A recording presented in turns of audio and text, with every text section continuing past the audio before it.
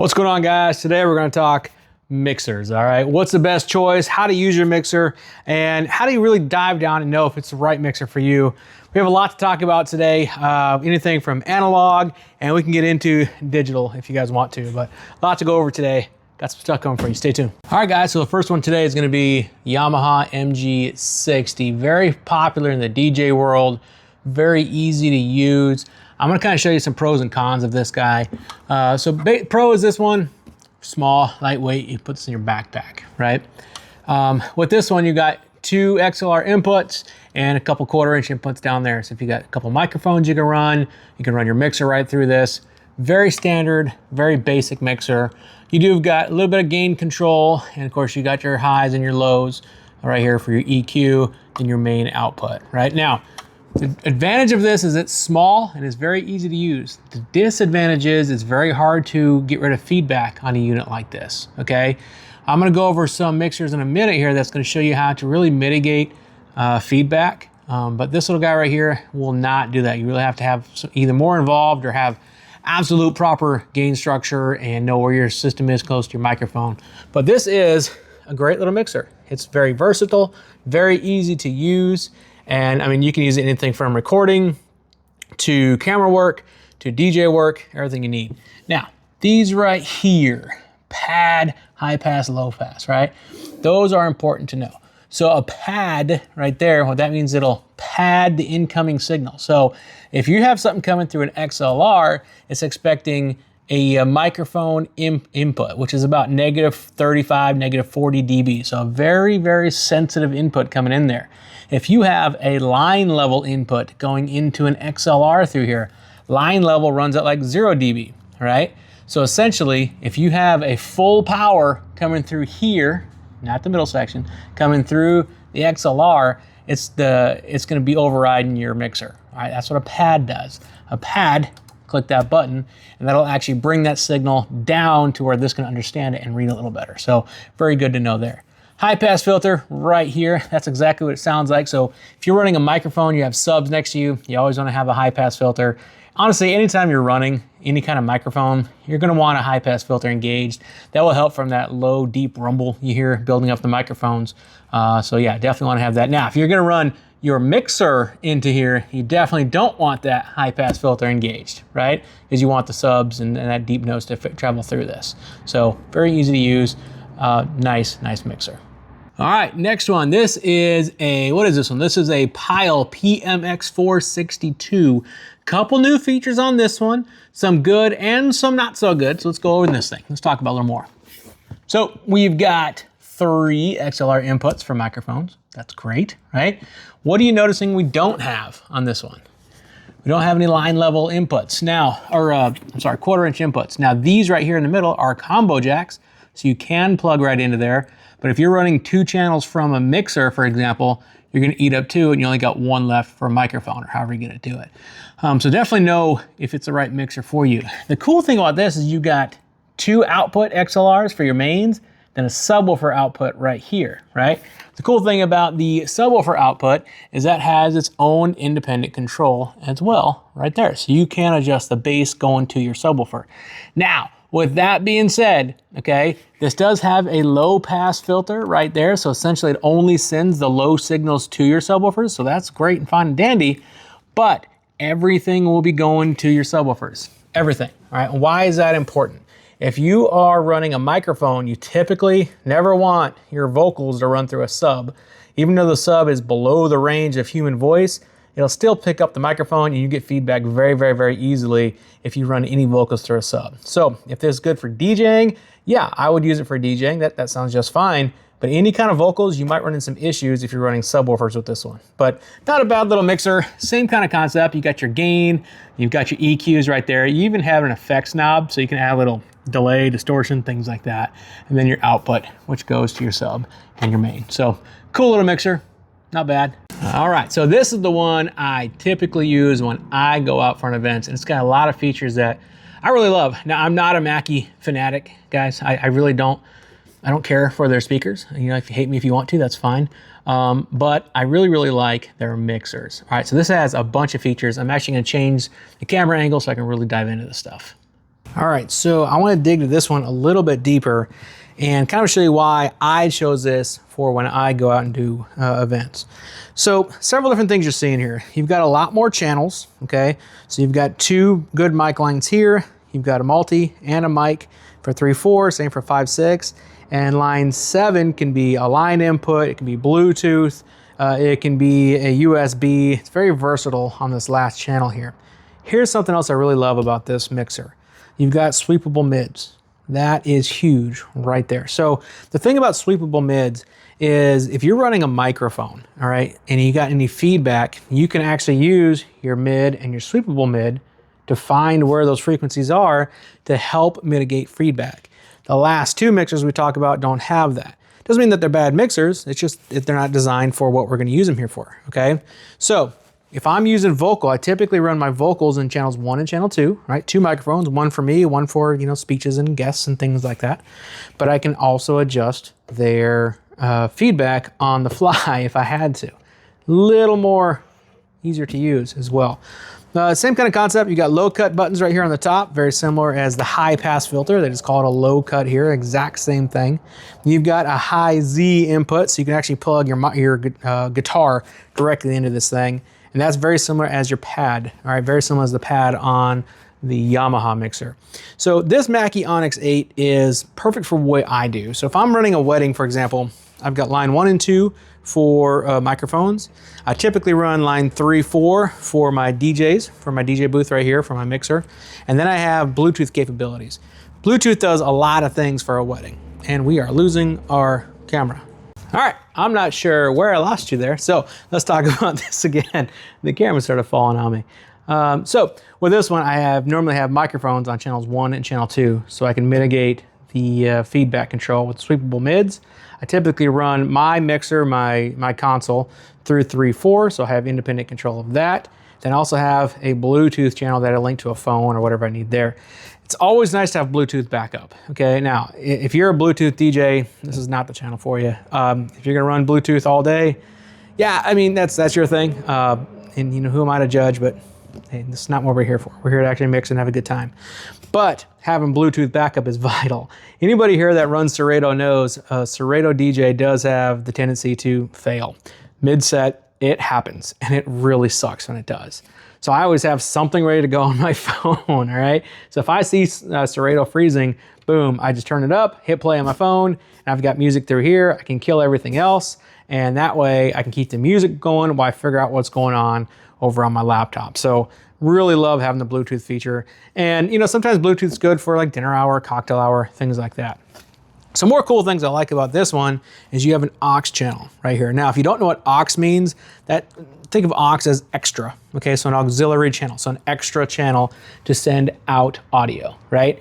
So what does that mean? I've got my left and right mains right here, and then I've got an aux channel right there that I can send to a monitor or whatever I need to send it to, right? So with that, I can actually send the same signal somewhere else. So if I'm doing a ceremony, if I'm running music inside the venue and we want the same music to mirror outside for a cocktail hour, we can run that. Now this is cool how this works. Let's say I'm talking through the microphone over here, I can send just that volume if I wanted to outside to the monitor so they can only hear what I want them to hear. I can also just send out my DJ side, some Bluetooth side if I wanted to, but you can decide what actually goes out to that monitor speaker, which is fantastic. I love this thing. This is a purposely great build for this. I really love it. Now, if you notice something about this, there's no connections up top. It's nice and clean. I like a lot of clean wires, right? Everything is back here, right there for it, right? So you can see we got our main left and right out with XLRs. We've got 1/4 inch out if you want to run it to like an amp rack. We can definitely do that. We've got line unit in. We've got our USB input in, so this is great if you're gonna do like podcasting. This one works really good there. Then we have our monitor out right here. Now, if you notice, the downside is the monitor is a 1/4 inch signal, right? It's not an XLR signal, so you will need to get an adapter, and I have one here somewhere I can probably show you. But love this. It's a great little mixer, does everything I need. Small, compact, perfect for weddings, for DJs. Honestly, even very small corporate events, you can run through this. it's not bad. Now, there is a downside when it comes to high output and volume. I do notice that once I get past unity, right, the U right there, we do start to get the hissing and the hum through the speakers on these. And I don't know if that's a Mackie thing. I've had that issue with a couple of the Mackie mixers I've had, but yeah, you do get a little bit of a hum on there. Also, you gotta know how to run your gain structure. If you don't know how to run proper gain on your microphones, we need to do a video on that. Gain structure is huge on this, guys. So yeah, Mackie Onyx8, great one here. All right, now let's talk about a little bit of bigger mixer. Do you need this for DJing? Absolutely not. This is not designed for DJing. Can you DJ with this? Yeah, you absolutely can DJ with this. But as you can see, it's got a lot more going on here. And it looks like a lot, it looks very confusing, but once you understand each row and what they do, it's really not that bad. Each row is essentially the exact same thing, okay? I'm gonna bring the camera closer here and explain this to you and tell you why this might be a good choice for you, depending on your application. All right, so I have to get a little different angle on this big old guy, right? So what's good about this? Well, you can run entire bands through this guy, all right? So if you're the kind of guy looking to mix bands or have a lot of different moving parts going on during your event, a large mixer like this would work. This one is the Mackie ProFX16v3. I like this mixer a lot, I really do. It's got very good versatility. It sounds good coming out of it. Again, it's keeping you in the console area. It's not going to digital, but it does really keep your life pretty simple once you understand this, guys. A lot of cool features on this. I can do an entire video on this alone, but I'm just gonna go quick rundown about how all this works, right? So as you can see, you got all XLR inputs up the top, right? So you've actually got, what is this? I hate when they do 9, 10, 8, 9, 10, 11. So you really got 11 different inputs with XLR. You've got a combo jack, and then of course you got line inputs, inserts, you've got all kinds of cool stuff up here. So again, I can do an entire video on this if we want to do that. But let's talk about the basis of how a mixer works. Input comes through here, or wherever you're at, input comes through here, and it goes down the channel over to your main fader for that channel, right? So this is great because as you can see, we've got a sweepable mid per channel, so I can really dial in each microphone there. What do we've got? We've got our gains, we've got our compression, we've got our EQ levels, we got 3 separate monitor sends, so we can really say where we want everything to go. That's what this green section is. Those are all monitors. Monitor 1, 2, and 3. It's very that simple, okay? So let's say I've got the lead singer, for example, and he's on monitor 1. Well, he's gonna wanna hear himself, so let's go ahead and turn him up, right? Okay, hey, Mr. Lead Singer, what else would you like to hear? Hey, I wanna hear the guitarist. Okay, cool, let's say guitarist here. Let's turn up the guitar. Hey, is that good? Perfect, what else do you wanna hear? Can I get a little bit of the piano? Absolutely, singer, so let's say it's over here. Boom, so now he's got piano. So now we've got himself, he's got guitar, and he's got piano. We can also put anything else. So if you're running a drum, for example, normally there are 5 to 7 channels, if he goes, hey, I want to hear just a top hat. Great, here's your top hat. You can send that over. Now you can do it with 3 different monitor mixes on here. So that's what makes this really nice and versatile. Now you're not gonna run full giant shows out of this because they're typically gonna want more than 3 monitors on their shows. But for smaller stuff, yeah, you can absolutely make this work, and it's a great mixer. You can also add subgroups. Again, we can talk about this in a whole nother video, but a lot of control with this that I really, really like. Now, just so you guys know, it took me a while to learn this too. Where it says sub 1 and sub 2, that's not subwoofer 1 and subwoofer 2. That's subgroup 1 and subgroup 2. Quick down and dirty on this. Let's say, hypothetically, 1, 2, 3, 4, 5. Let's say these 5 right here are my drums, right? So instead of having to, and they say, hey, there's too much drums, let's just say they're up there doing their thing, right? And they go, hey, can we turn down the drums? Well, instead of turning all of these down at the same time and not to ruin your mix and kind of mess it all up, you can say, okay, hey, you're all group 1, sub 1. So now it's all right here, boom. So now we can send it, and everything that's getting sent to sub 1, sub 2 as now be controlled by this fader right there, okay? So you can control all 5 of those with 1 knob. So again, a lot of features on here that I really, really like. Is this designed for DJs? No, it's not. It's absolutely not. It's way overkill. You'll probably use this much of it. I mean, it's way too much. but you do get a lot of features and functions with this. Now, I did one event where I was DJing. I'm sorry, one of my guys was DJing. We needed 4 microphone inputs. Okay, so we needed 4. Probably still gonna use a little one. We had a DJ input. All right, still not bad. Then we had a video feed, and then we had a, what do we have? I think they had some kind of USB there plugged in. So we had more channels. So now I'm running half of this mixer. Yeah, it was kind of worth it at that point to run this guy out there. So it depends on your application. Always want to have the right tool for your job, and there's many tools to make this happen. Now, one downside to Mackie that I've noticed is they don't have a lot of output, which is really, really weird. Let's say I run the mains to Unity and, you know, we do whatever we have to do.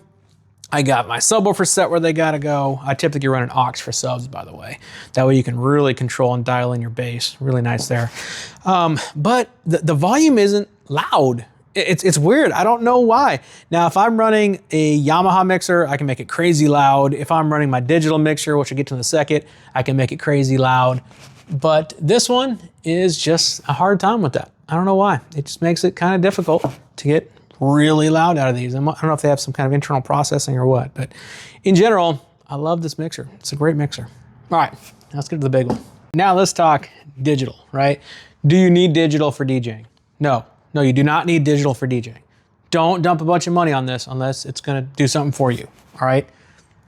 Don't dump a bunch of money into this if you don't need it, okay? Just don't do it. All right, let's talk about that. All right, so why would somebody need a digital mixer in the first place? Well, we do a lot of concerts. We do outdoor events where we're running full bands. We have multiple bands coming in and out. A digital mixer, again, I can dive into this and make an entire show about it, but a digital mixer is better for live applications, right? What's different between this and any of these analog ones? Well, nothing, it's just digital. I mean, yes, it's got more features. I mean, yes, it's got more things you can do to it, but you can do the exact same thing on that Mackie 16 than you can on this. The only difference is it's digital, you have a screen in front of you, and you can move things around, you can really dial things in. Now, again, I'm not gonna dump into this. This can be an entire long video, but they've got the pros and cons, right? So with this, if you get onto a channel, let's just go here. Let's go into this vocal channel, and you can see right there, I've got my GEQ right there. So I can really play around and get the proper frequencies for that microphone. The only difference is it's on a screen, not on a knob. That's literally all it is, okay? Now, you might be asking, well, what's all this up here? These are all your gain knobs. Okay, with this, you actually got 24 input channels you can use. And then you also got a few different combo jacks. So I think it's a 32 channel total. So again, do you need this for DJing? No, you do not. This is live sound world, okay? But you also have the ability with something like this to run 16 monitors out of it.